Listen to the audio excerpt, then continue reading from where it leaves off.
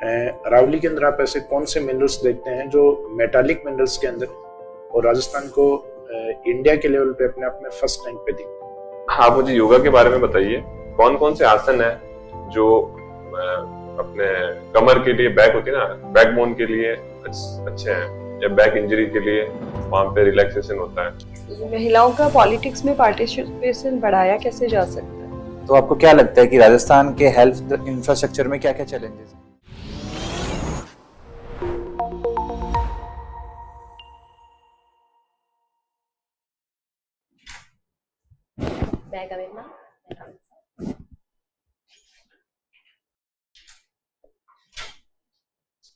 Good morning sir.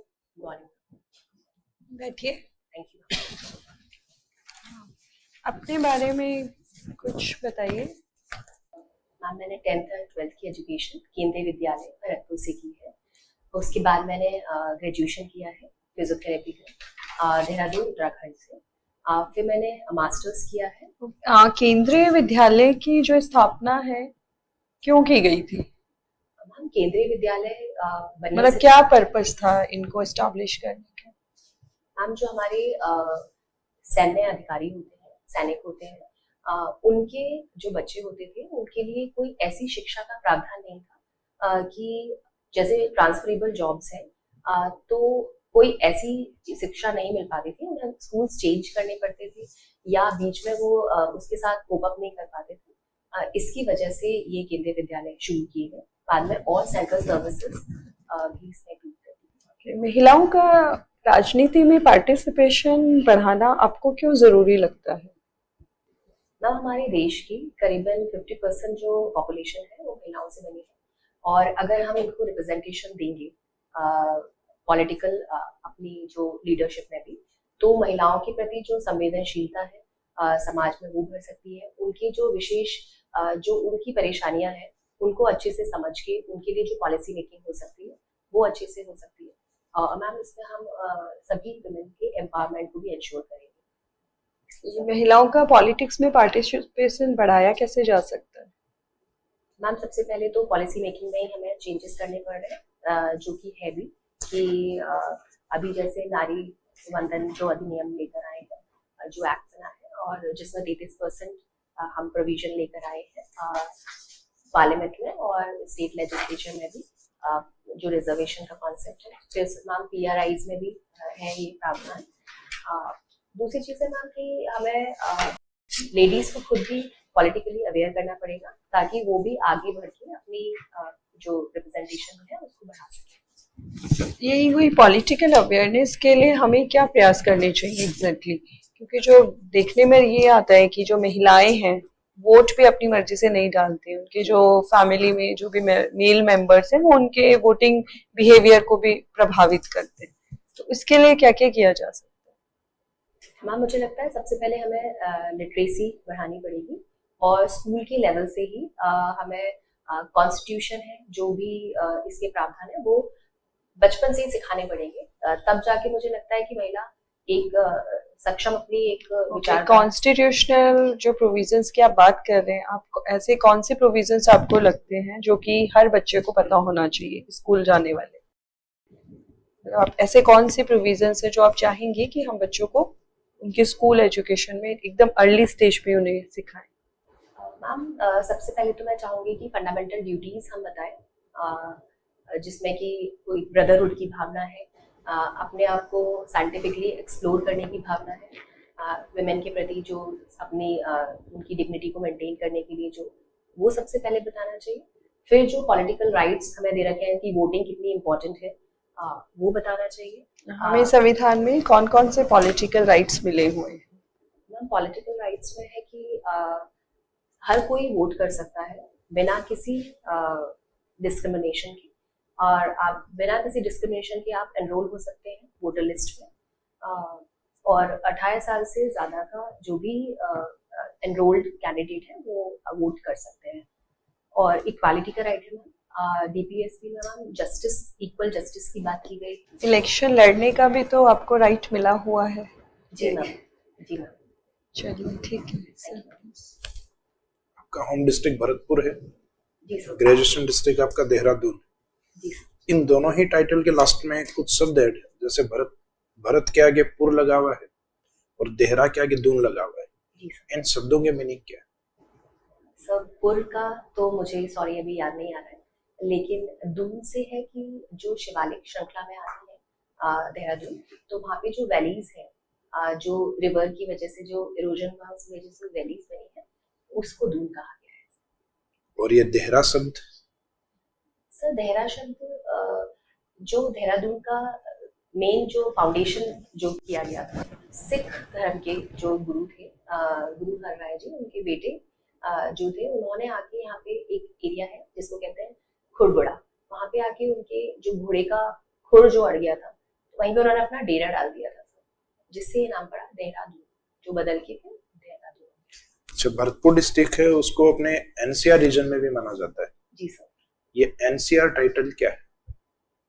Sir national capital region. ये कौन कौन से डिस्ट्रिक्ट को मिला हुआ है? सर अभी राजस्थान में सर भरतपुर और अलवर को मिला। अच्छा, इसमें कोई स्पेसिफिक फंडिंग है जो सेंटर भी हमें करता है इन रीजन्स में? सॉरी सर, फंडिंग का मैं नहीं बता। ओके। अभी राजस्थान के अंदर इको टूरिज्म के लिए गवर्नमेंट के द्वारा कुछ स्कीम्स प्लान्स चलाए जा रहे हैं, उसमें कोई बता पाएंगे आप? सर एक तो हरियाणा राजस्थान है, जिसमें वृक्षारोपण पे ध्यान दिया जा रहा है। दूसरा सर एक है अरावली ग्रीन रॉक, जो ग्रीन जो श्रृंखला बनाई जा रही है। Green wall? जी sir, green wall, sorry. Green wall क्या है? सर इसमें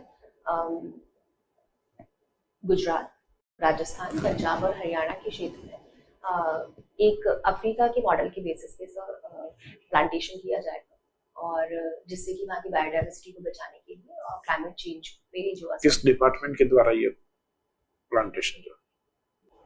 सर क्या मैं अनुमान लगा सकती हूँ? हाँ, सर एनवायरमेंट मिनिस्ट्री की तरफ से चल रही है। अरावली के अंदर आप ऐसे कौन से मिनरल्स देखते हैं जो मेटालिक मिनरल्स के अंदर, और राजस्थान को इंडिया के लेवल पे अपने आप में फर्स्ट रैंक पे दिखते हैं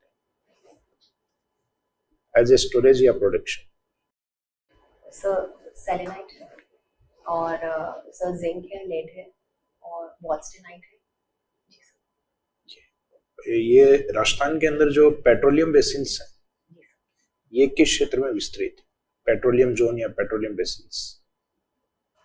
सर 4 मेन एरियाज हैं, जिसमें एक तो जैसलमेर का रीजन है, एक है सर विंध्यन रीजन जो हाड़ौती एरिया में आता है, एक है बीकानेर और नागौर एरिया है, और एक है सर जालौर सांचौर एरिया। मंगला क्या है? सर मंगला जो है वो सबसे पहला पेट्रोलियम ऑयल रिजर्व है सर राजस्थान का।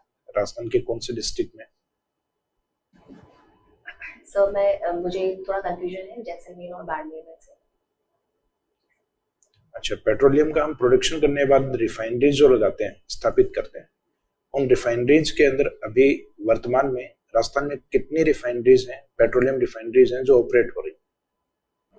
सर जितनी मुझे नॉलेज है सर, एक बलूत्रा वो बाड़मेर में है, Pachpadra refinery, petroleum refinery.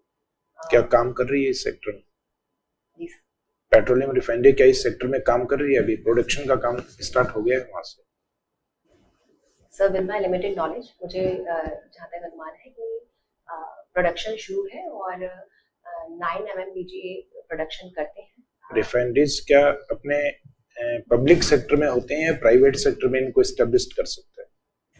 Sir private sector में भी एस्टेब्लिश किए जा सकते हैं, जैसे कोई 2 एग्जाम? सर जैसे रिलायंस जियो की रिफाइनरीज है बॉम्बे हाई की तरफ, और गुजरात में। उसके अलावा? Sorry sir. आप फिजियोथेरेपिस्ट हैं, जी सर। काफी लंबे टाइम से आप प्रैक्टिस कर रहे हैं। जी सर। क्या ब्रांच होती है फिजियोथेरेपी? Sorry sir. क्या ब्रांच का क्या एप्लीकेशन क्या है?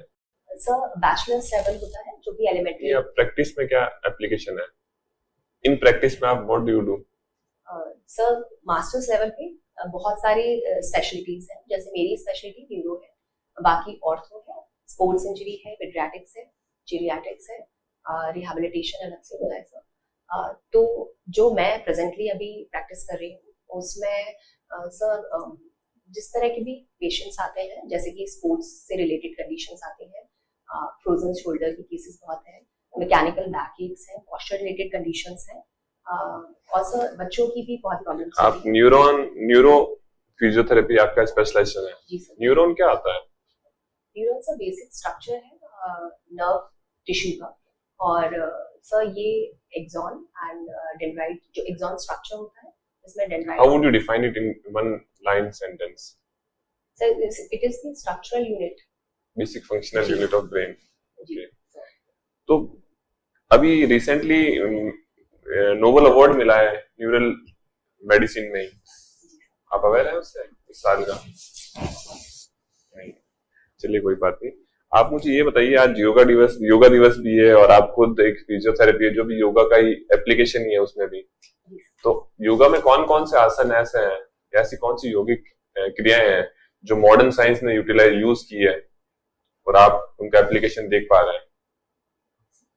सर फिजियोथेरेपी में एक ब्रांच है योगा, जो हम लोग अपने कोर्स स्ट्रक्चर को देखें तो इसमें योगा को काफी तरीके से यूज किया गया है। खासतौर से कोविड-19 के बाद से योगा का जो प्राणायाम और जो लंग रिहैबिलिटेशन में काफी यूज किया गया है सर। तो एक तो सर ये हो गया।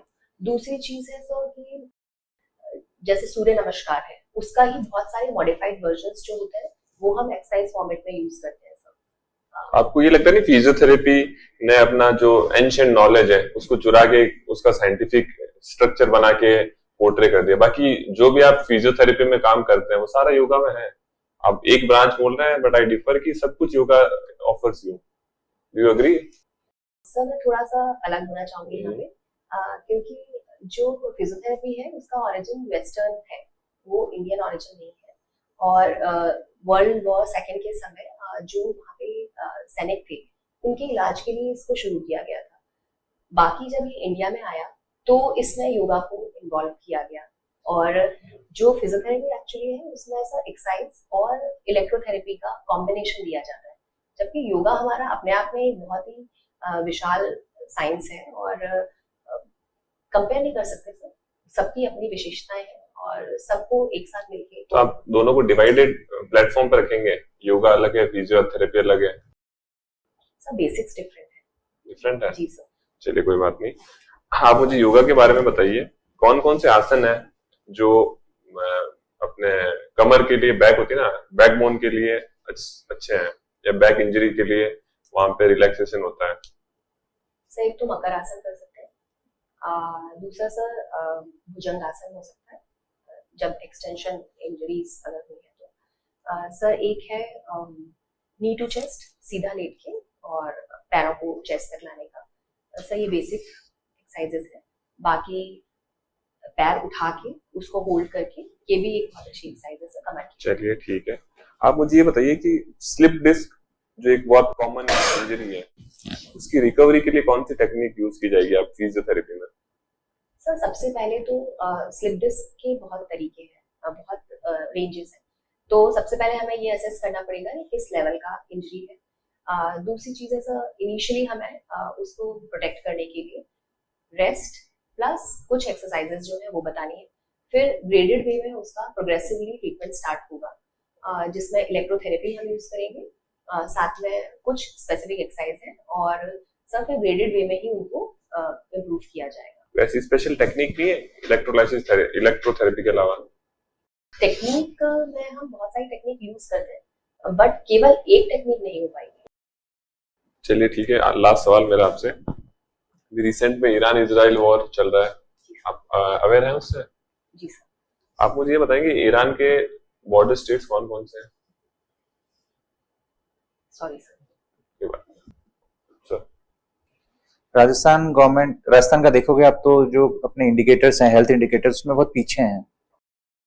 तो आपको क्या लगता है कि राजस्थान के हेल्थ इंफ्रास्ट्रक्चर में क्या क्या चैलेंजेस हैं? सर जो रूरल लेवल पे है, पेशेंट और डॉक्टर का जो रेशियो होता है वो कम है सर। दूसरी चीज ये है कि जितने भी प्राइवेट कॉलेजेस से जो स्टूडेंट्स पढ़ के बाहर आ रहे हैं, वो लोग सब गांव में अपने जॉब्स नहीं लेना चाहते, जबकि ज्यादा हमारी जनसंख्या जो है वो गांव में बसती है।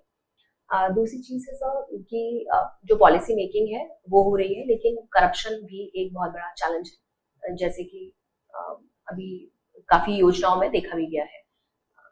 और सर कुछ राजस्थान जो है वो पैट्रियार्कल माइंडसेट भी है, और फीमेल्स भी जो है वो ये जो अपनी एक स्थिति होती है कि वो जल्दी से लेना नहीं चाहती हैं मेडिकल ट्रीटमेंट। अच्छा, आप मुझे बताओ, राजस्थान सरकार की हेल्थ डिपार्टमेंट की स्कीम है, उसको इम्प्रूव करना है, तो आप कौन सी स्कीम को सेलेक्ट करेंगे और क्या इम्प्रूवमेंट उसमें चाहेंगे?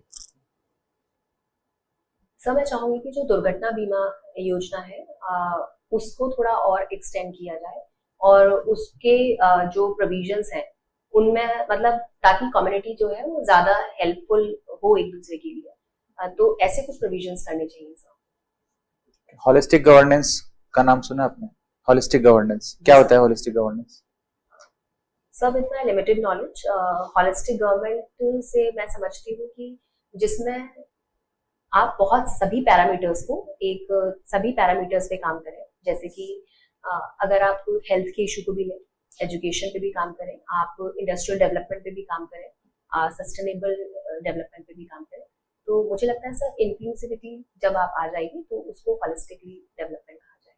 ठीक है। हमारा जो जीडीपी का कितना % शेयर हमें हेल्थ पे करना है आइडियली? अप्रोक्स बता दीजिए, और कितना हम कर रहे हैं?